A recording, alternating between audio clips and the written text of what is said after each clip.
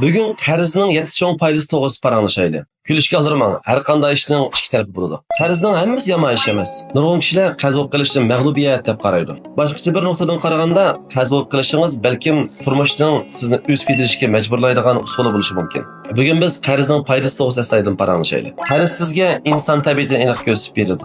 Kim chinni ko'ngildan muomala qiladi, kim saxta. Ba'zida qarz bo'lib qolsangiz, atrofingizganing hammasi atibashirsini oshkorlaydi. Nomratlarni o'ch ko'rib baylarga amroq bo'lish inson tabiati. Insonlar azaldan o'zining kuchlariga intildi. Siz kuchli bo'lganda atrofingizda yaxshi odamlar ko'p bo'lib qoladi. Ojiz vaqtingizda atrofingizda yomon odamlar ko'payib ketadi. Kishilar orasida munosabatni bak yuqori mo'ljalda olmang. Inson tabiatiga texnik masal qaramang. Sizda boriga nafratlanib, yo'qqa kelgan chog'da masxara qilganlar amiyatda o'xshash bir turkum odamlar.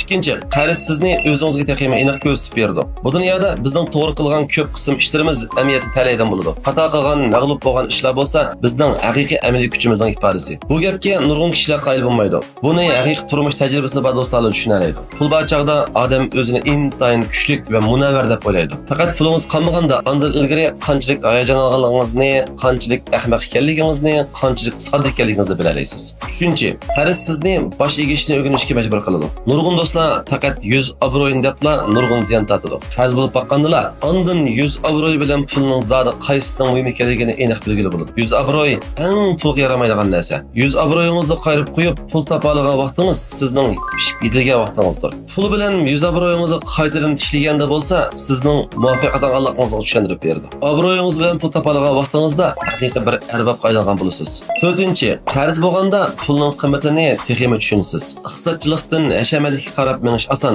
Hashamatchilikka ko'nib qolganda iqtisodchi bo'lish bektas. Odam faqat topgan tagidan ayrilib bir punkt pulni ikki bo'lib qashaygan darajaga yetgan chog'da, ondan sagak boylik qarshini turg'izdi. Navbatgisi bir punkt pulmi qahramonni qiyin ahvolga tushirib qo'yadi. Pul degan bu narsa havoga o'xshaydi. Yeningizda bo'lganda xuddi nafas olgandek uning mavjudligini his qilolmaysiz. Yeningizda pul qolmaganda bo'lsa, nemaning tunjuq ekanligini nihoyat obdan his qilasiz. 5.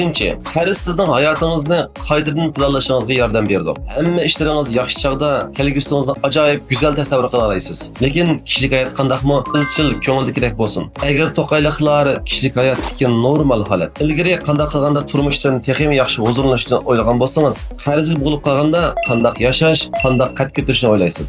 Shunga qarz bo'lishdan iborat bu kechirilish amaliyotda bir odamning ikkinchi hayotining boshlanish nuqtasi bo'la oladi. Faqat mushunda qattiq kunlarni boshdan kechirgan hayotning qatanlariga tushib qoqqan odamlar eng kuchli g'ayratini qo'zg'ay oladi. Bu haqiqatan bir rahimsiz reallik, lekin mana shu reallik insonning eng cho'ng hayotiy kuchini qo'zg'ata oladi. 6. Qarz bo'lib qoqqan odam baxtni texnik qadrlaydi. Bir kunlarda to'yg'idek tomoq yeyish, qenib bir uxlab olishmi siz uchun rohatga berishga oylab qolgan chog'da baxtni haqiqiy konkret his qilasiz. Odamning bu umrda hech nimani tushunmay o'tib ketishdan hammasi qanoat qilmaslikdan keladi. Yo'q chog'da erishgisi keladi. Va bo'lsa texnik ko'p erishishni o'ylaydi. Faqat bu son minus qaylangandilar, ondan bu nolning o'zimi bir go'zal holat ekanligini his qiladi. Eng haqiqiy o'ziga o'zlanganda qalbi misli ko'rilmagan darajada yeniklab qoladi. To'g'ri, amalsizlikdan voz kechish. Temkinlik bilan voz kechishni qabul qilish bo'lsa, hayotlikka erishishdir. 7. Qarz bir odamga yashashning ahamiyatini tushuntirdi. Jonni pulga almashtirg'ili bo'ladi, lekin pulga jonni sotib olg'ili bo'lmaydi. Qarzni qaytarib olg'ili bo'ladi, lekin odam o'lsa qaytarilmaydi. Unda siz uchun zodi pul muhimmi yoki jonmi? Oxirida ko'pchilikka shuni demoqchimanki, mening ilgari qarzga ketib qolgan nurg'un o'quvchilarim bo'lgan. Qarzga bo'g'ilgan barliq kishilar tez suratda degan bu so'zni unutib ketsalar, qaytadan qad ko'taradi. Men har oyda naq maydon darslarni o'rnashtirib o'taman.